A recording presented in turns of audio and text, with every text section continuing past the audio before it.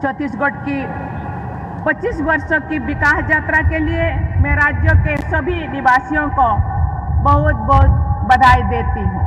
भारत सरकार द्वारा आदि कर्मयोगी अभियान चलाया जा रहा है। इस अभियान के तहत जमीनी स्तर पर आदिवासी नेतृत्व को प्रोत्साहित करने की दृष्टि से आयोजित कार्यक्रम में आदि कर्मयोगियों के साथ मैंने विचार विमर्श किया। आदिवासी संस्कृति इतने सुंदर है, इसको प्रमोट करना चाहिए और केवल देश में नहीं विदेशों में भी इसको जरूर अपनाएंगे। ये जीवंत कला है। ये जीवंत कला को बनाए रखना, उसका विकास करना हम लोगों का कर्तव्य होना चाहिए। जनजातीय गौरव दिवस के अवसर पर छत्तीसगढ़ पहुंची राष्ट्रपति द्रौपदी मुर्मू के किए उद्गार बताते हैं कि छत्तीसगढ़ में आदिवासी संस्कृति को लेकर सरकार की बेहतर सोच के साथ काम कर रही है। अंबिकापुर में आयोजित जनजातीय गौरव दिवस के अवसर पर आयोजित कार्यक्रम में राष्ट्रपति की मौजूदगी में आदिवासी गौरव भगवान बिरसा मुंडा को याद करते हुए आदिवासी संस्कृति और सभ्यता के संरक्षण का संकल्प लिया गया। इस आयोजन के साथ एक बार फिर आदिवासी संस्कृति के संरक्षण की दिशा में सरकार के कामकाज पर सियासत शुरू हो गई है। मुख्यमंत्री ने इस अवसर पर बिना विरोधी दलों का नाम लिए उनकी सरकार और अपनी सरकार में किए गए आदिवासी हितों के काम को लोगों के बीच रखा। हम लोग यहाँ पर लगातार जनजाति समाज के विकास में काम कर रहे हैं। नक्सलवाद की कमर टूट गई है और उस क्षेत्र में भी हम लोग नियत नेलानार, ये गोड़ी भाषा में है, इसका हिंदी अनुवाद है आपका सुंदर गांव, उसके माध्यम से सरकार की योजनाओं को वहां पर पहुंचा पाने में हम लोग सफल हो रहे हैं। वहां सड़कें, बिजली, पानी वहां पहुंच रही है, राशन कार्ड बन रहा है, राशन वहां पर पहुंच रहा है, दूरसंचार के साधन वहां पर स्थापित कर पा रहे हैं। ये सब आप लोगों के आशीर्वाद से हो रहा है और सरकार की योजना का तो लाभ मिल ही रहा है हमारे जनजातीय बंधुओं को। उस क्षेत्र में हम कृषि को भी आगे बढ़ा रहे हैं, पशुपालन को भी आगे बढ़ा रहे हैं और आप सब लोगों का आशीर्वाद रहेगा तो निश्चित रूप से छत्तीसगढ़ को हम लोग एक विकसित छत्तीसगढ़ के रूप में खड़ा करके रहेंगे। आदिवासियों के उत्थान को लेकर श्रेय की राजनीति के बीच आदिवासी दिवस और जनजाति गौरव दिवस के नाम पर भी कांग्रेस और भाजपा हमेशा से आमने सामने रहे हैं।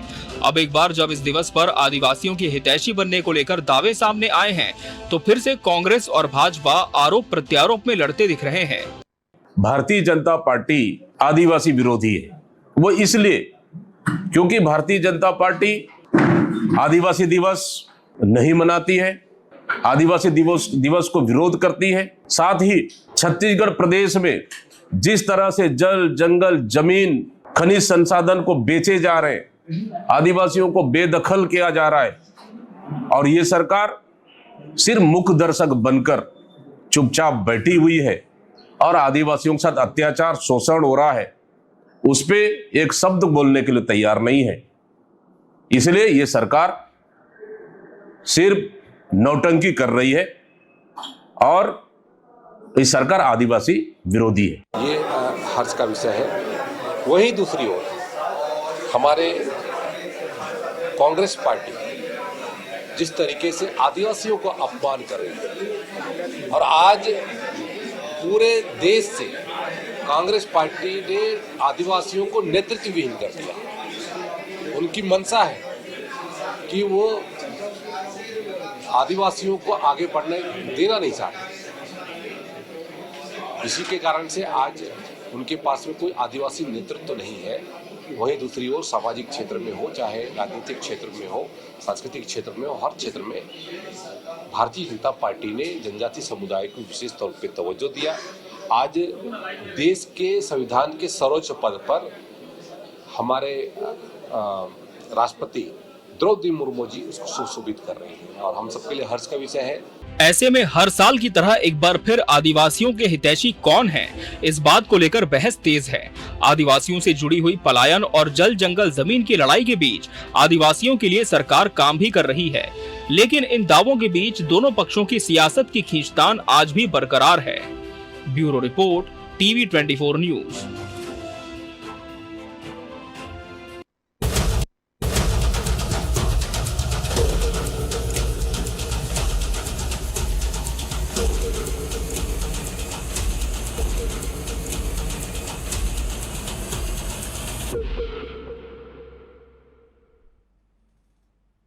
नमस्कार, मैं मोहन तिवारी। आज के मुद्दे में आपका स्वागत है और आज का मुद्दा हमारा आधारित है आदिवासी का हितैषी कौन। इस प्रश्न का जवाब आज हम ढूंढने की कोशिश करेंगे, क्योंकि आदिवासियों के नाम पर सियासत बरसों से जारी है और ये सियासत रुकने का नाम नहीं ले रही। आज खास दिन इसलिए क्योंकि जनजाति गौरव दिवस के आयोजनों की कड़ी में आज पहुंची थी छत्तीसगढ़ देश की राष्ट्रपति द्रौपदी मुर्मू, और वहां उन्होंने छत्तीसगढ़ में हो रहे आदिवासियों के उत्थान के कार्यक्रमों की न केवल तारीफ की, बल्कि बताया कि छत्तीसगढ़ की संस्कृति छत्तीसगढ़ में कैसे संरक्षित हो रही है। ऐसे में एक बार फिर से आदिवासियों के नाम पर सियासत तेज है और दावे इस बात को लेकर किए जा रहे हैं कि असली आदिवासियों का हितैषी कौन है। इसी सवाल को ढूंढने के लिए आज हम डिबेट पे बैठे हुए हैं। चर्चा शुरू करते हैं उससे पहले मिल लेते हैं उन मेहमानों से जो इस चर्चा में हमारे साथ रहेंगे।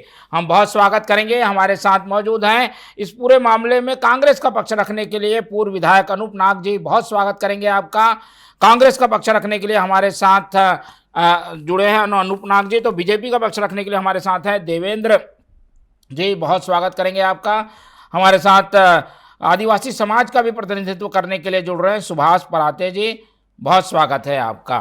तो तीनों मेहमान हमारे साथ बने हुए हैं, हम जोड़ने की कोशिश कर रहे हैं सुभाष से, और तो उनसे संपर्क होता है तो उनकी भी टिप्पणी लेंगे।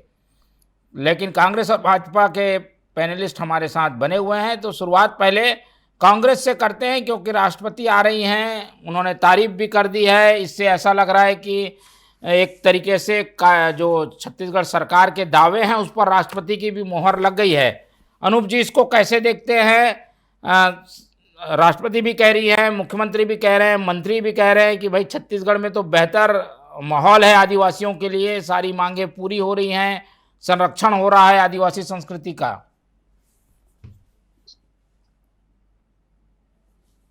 आपको धन्यवाद आज के इस डिबेट में शामिल करने के लिए। निश्चित रूप से आज का जो विषय वस्तु है हम आदिवासियों के लिए बहुत महत्वपूर्ण है, और मैं आपके माध्यम से कहना चाहता हूं कि भारतीय जनता पार्टी की सरकार हो हमारे आदिवासियों के हितैषी हो ही नहीं सकता, क्योंकि उनके विकास की बात अगर करें तो आज 70 साल हो गए देश को हुए।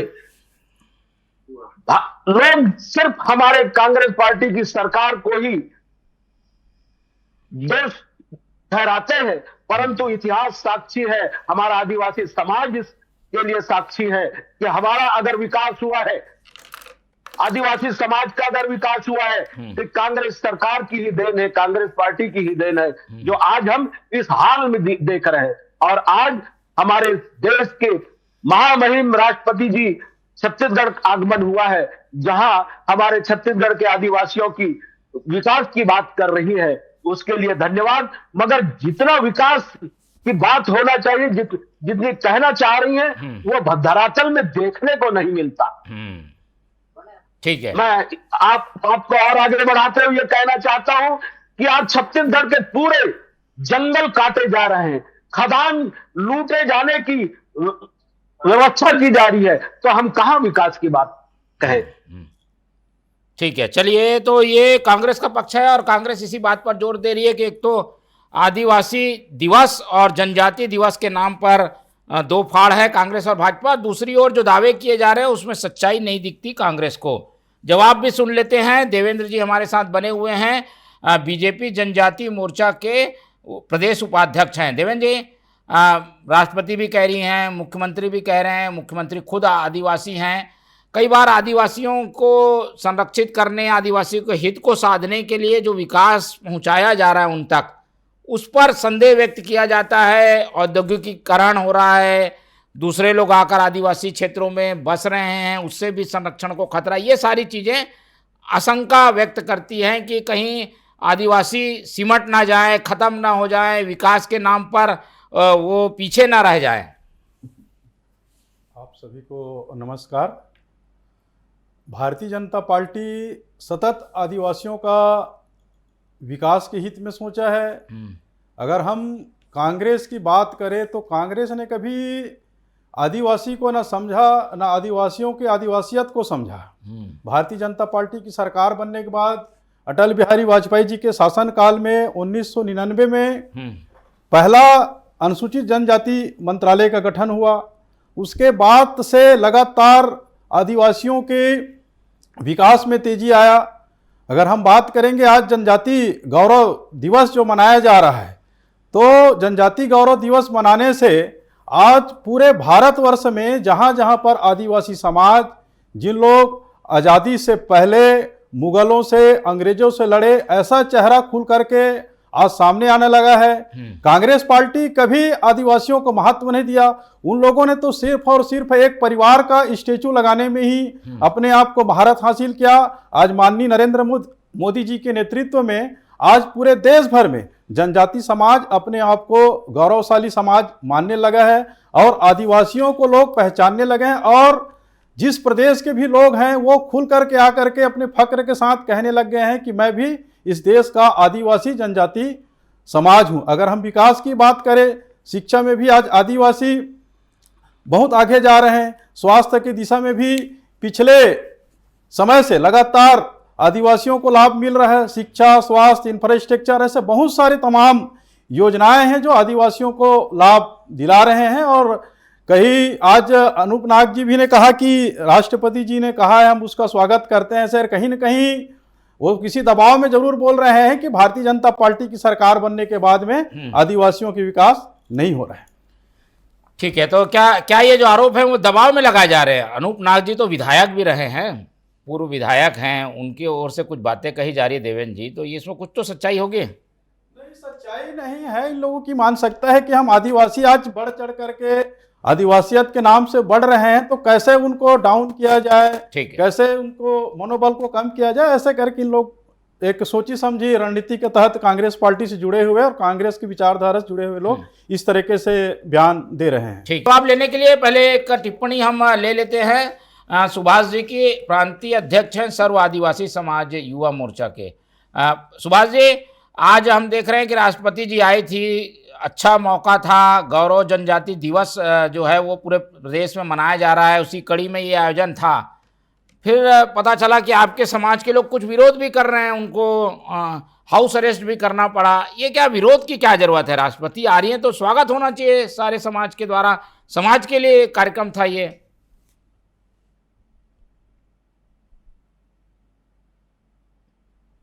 आपका आप म्यूट हटा लीजिए। सुभाष जी बोलिए।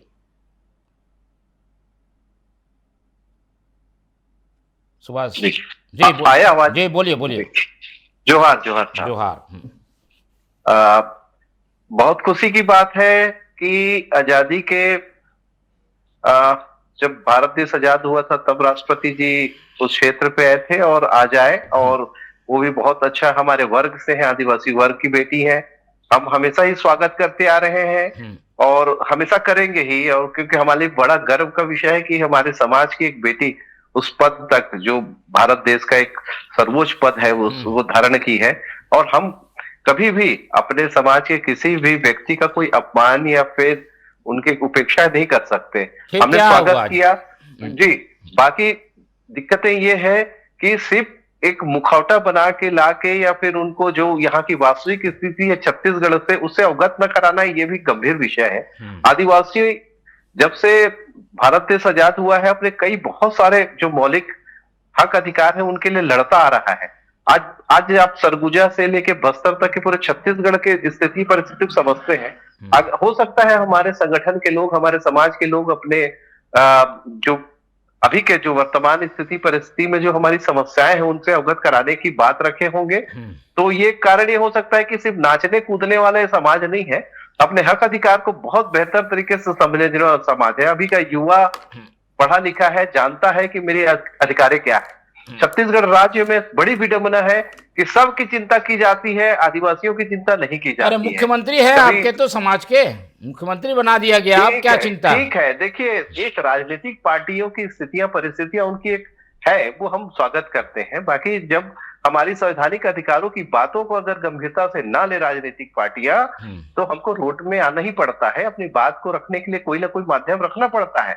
ये बड़ा एक विषय है। आज हम बहुत गंभीर चिंतन मनन पे और बहुत बड़ी समस्या पे भिड़े हुए हैं, क्योंकि हमारा जो बेसिक, हमारा जो पुरातन समय से हम जल जंगल जमीन के जो हम रक्षक हैं, अपने आप को मानते हैं, और बड़ा हमारा स्नेह जुड़ा हुआ है, हमारी संस्कृति जुड़ी हुई है। अगर उन चीजों का क्षरण भरण होता है तो कहीं ना कहीं आदिवासी समाज आज भी, आज सरगुजा में हमारे जितने साथी हैं वो कहीं न कहीं हसदेव को लेके, वहां 5वीं अनुसूचित क्षेत्र के मांगों को लेके, पेशा कानून के लेके आज भी संघर्ष कर रहे हैं। और अगर किसी बड़े हमारे समाज के या देश के बड़े किसी विभूषी को अपना बात बताना चाहते हैं, तो अगर ना बताया जाए और अपने बात रखने का कोई, उनको वीआईपी पास भी दिया गया, और जब उनकी बातें नहीं आएंगे तो क्या सिर्फ बड़े बड़े पंडालों को, भीड़ों को देखने के लिए कोई नहीं, तो क्या चाहते थे? आज का दिन ये मांगे तो आप कई बार रख सकते हैं। आज का दिन चुना,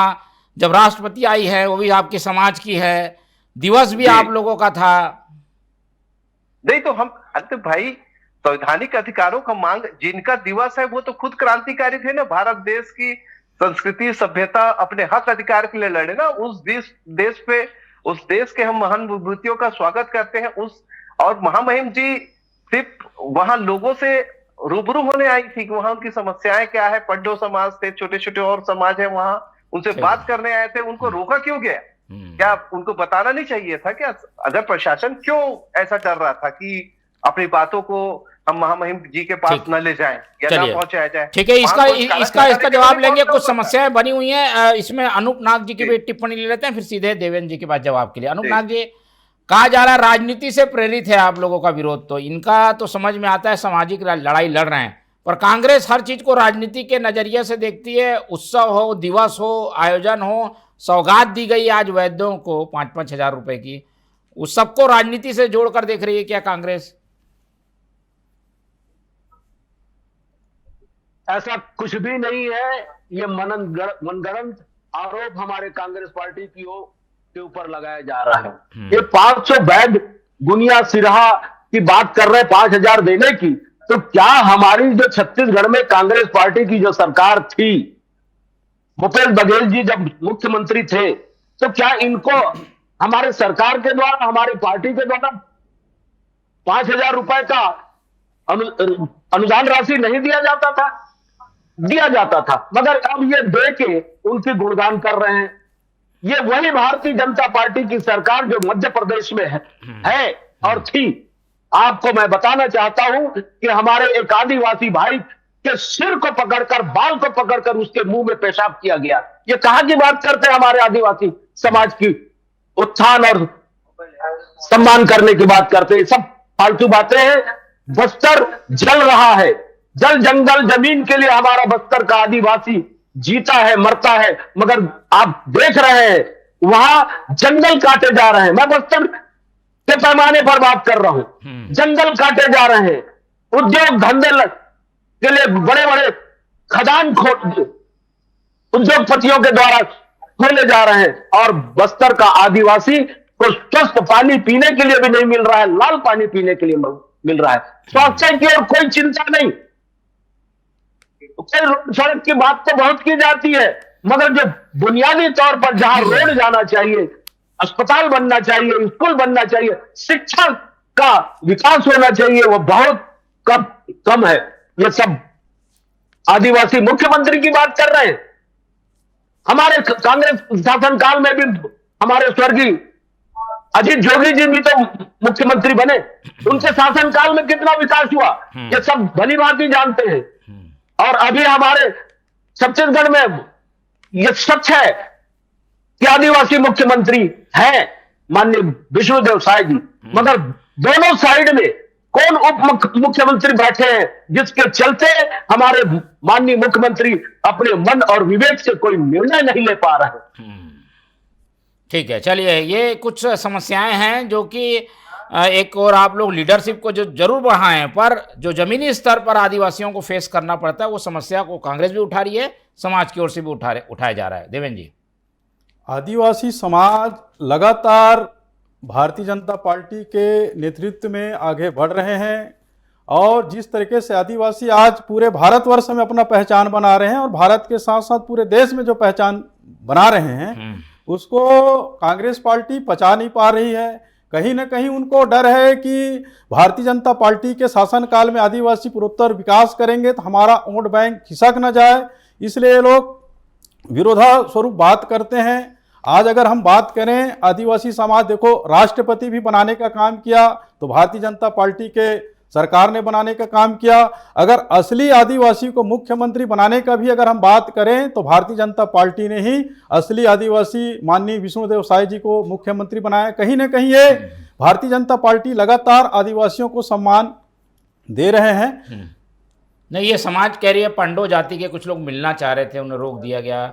समाज की जो मांगे हैं क्या उन्हें नहीं सुना जा रहा है क्या? इस समाज की मांगे को सुना जा रहा है। पंडो जनजाति को राष्ट्रपति के द्वारा गोद लिया हुआ जनजाति समाज है और उनके मान सम्मान स्वाभिमान के लिए सतत भारतीय जनता पार्टी काम कर रही, केंद्र सरकार भी काम कर रही है। गोद लिया हुआ पंडो जनजाति है और कुछ सुरक्षा का कारण रहा होगा, ऐसा कुछ कारण हो सकता है जिससे मिल नहीं पाए होंगे, उसकी मुझे एक्चुअली जानकारी नहीं हो पाया है। ठीक, सुभाष जी, क्या यही कोई मामला था या कोई ठोस बात रखते तो ज़्यादा बेहतर नहीं होता? और ये समय, इसके अलावा भी आप लोगों के पास लंबे समय था, आज के दिन को छोड़ के बाकी दिन आप लोग ये मांग रख सकते थे।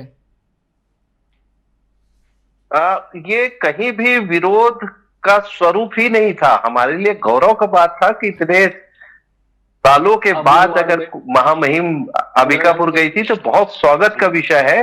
और जनजाति गौरव की जो विषय है वो हम भी गर्व करते हैं कि हमारे जो पुरखे इस धरती में के स्वतंत्रता के लिए अपने संस्कृति के अपना बलिदान दिए हैं, उनके गौरव गाथाओं को अगर गाया जा रहा है या बताया जा रहा है तो ये हमारे बहुत गर्व का विषय है। बाकी भाई साहब, इसका दूसरा पहलू भी ये है कि आपको सिर्फ गर्व कराएंगे, बाकी आपका राशन पानी का, आपकी संस्कृति, आपका जल जंगल जमीन का अगर हाश होगा तो कहीं ना कहीं देखिए हम उन्हीं की औलाद हैं जिनका आज आप गौरव दिवस मना रहे हैं, जिनको आप याद कर रहे हैं। अगर हम धन वैभव के लिए कभी नहीं लड़े, हम अपनी संस्कृति के लिए, अपनी धरती के लिए, अपनी माटी के लिए और अपने हक अधिकार जल जंगल जमीन के लिए हमें ऐसा हम लड़ते रहते हैं। हम उसी के वंशज हैं और हमारे खून में आज भी वही उबाल है।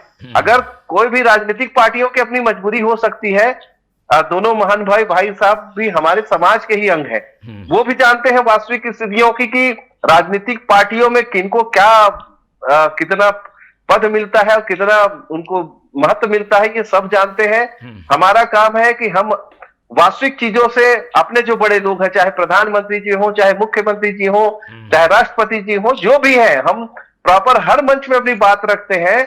हम अपनी बातों को पुख्ता तरीके से रखने के लिए हम स्वतंत्र हैं। और आज छत्तीसगढ़ राज्य में इतनी बड़ी आबादी है और हम कहाँ हैं? विकास के नाम पे हमने जल जंगल जमीन को दिया, बड़ी बड़ी इंडस्ट्री बनी यहाँ, बाकी आदिवासी समाज है कहाँ? आज उनकी वास्तविक स्थिति को समझिए। आज हमारे बच्चे कुपोषित हो रहे हैं, हमारे पूरी तरीके से हमारी जो अर्थव्यवस्था है जो जंगलों से आधारित थी वो पूरी तरीके से नष्ट हो रहा है। वहां बड़ी बड़ी इंडस्ट्री, पहाड़ पिक जा रहे हैं। तो और उसके बाद कौन सा आदिवासी समाज का खतरा आएगा तो विरोध झेलना पड़ेगा। और कुछ ऐसे दिवस के आयोजन करने से काम नहीं चलेगा, उनके जंगल और जमीन दोनों को बचाना है, इसलिए सवाल पूछे जा रहे हैं आप लोगों से। देवेंद्र जी, जल जंगल जमीन अभी भी सुरक्षित है और कुछ व्यवस्था को बनाने के लिए कुछ चीज को उजाड़ा भी जाता है। अगर हम बात करें, अगर हसदेव की अगर बात कर रहे हैं तो हसदेव का अगर टेंडर देने का अगर काम किया है तो पूर्ववर्ती सरकार कांग्रेस की सरकार ने किया है। उससे पहले भी अगर हम बहुत सारे, चाहे बैला डीलर की बात करें, उस समय किसकी सरकार थी, केंद्र में भी बात करें, चाहे उस समय मध्य प्रदेश की बात करें, किसकी सरकार थी, उनको कभी चिंता ही नहीं रहा। आज जनजाति समाज अपने पैरों पर खड़े होने लगा है, अपने संस्कृति की रक्षा कर रहे हैं और निरंतर आगे बढ़ रहे हैं। अगर हम बात करें, अगर वर्तमान सरकार आज 13,000 करोड़ जनजाति समाज को दे रहे हैं, उससे पहले तो 5,000 ऐसे ही कुछ बजट रहता था। भारतीय जनता पार्टी की सरकार बनने के बाद, माननीय नरेंद्र मोदी जी की सरकार बनने के बाद में 13,000 करोड़ रुपए 2024-25 के बजट में शामिल हुआ है। कहीं न कहीं ये हमारे लिए उत्थान का काम कर रहे हैं। चलिए, तो ये अभी दावे हैं, लेकिन इन दावों की हकीकत को जांचना परखना विपक्ष का भी काम है, समाज का भी काम है, वो अपने स्तर पर ही कर रहे हैं। लेकिन असली परीक्षा जनता के बीच होगी, आदिवासी समाज के बीच होगी, जब वो परीक्षा में नंबर देगा। तो इसके नंबर कितने मिलेंगे वो उसके लिए इंतज़ार करना होगा। फिलहाल राष्ट्रपति जी आई हैं और उनके द्वारा जो बातें कही गई हैं उससे लगता है कि समाज जो है वो हर्षित है और उनके इस कार्यक्रम को लेकर गौरवान्वित महसूस कर रहा है। इस चर्चा को आज यही खत्म करते हैं। इस चर्चा में हमारे साथ सुभाष जी जुड़े, उनका धन्यवाद। देवेंद्र जी ने समय दिया, उनका धन्यवाद। और पूर्व विधायक हमारे साथ अनूप नाग जी बने रहे, उनका बहुत बहुत धन्यवाद। तो तीनों मेहमानों को धन्यवाद कहते हुए आज की चर्चा यहीं खत्म करते हैं और आप लोग से रखते हैं उम्मीद कि आप लोग देखते रहेंगे TV24। रखें अपना बहुत ख्याल। नमस्कार।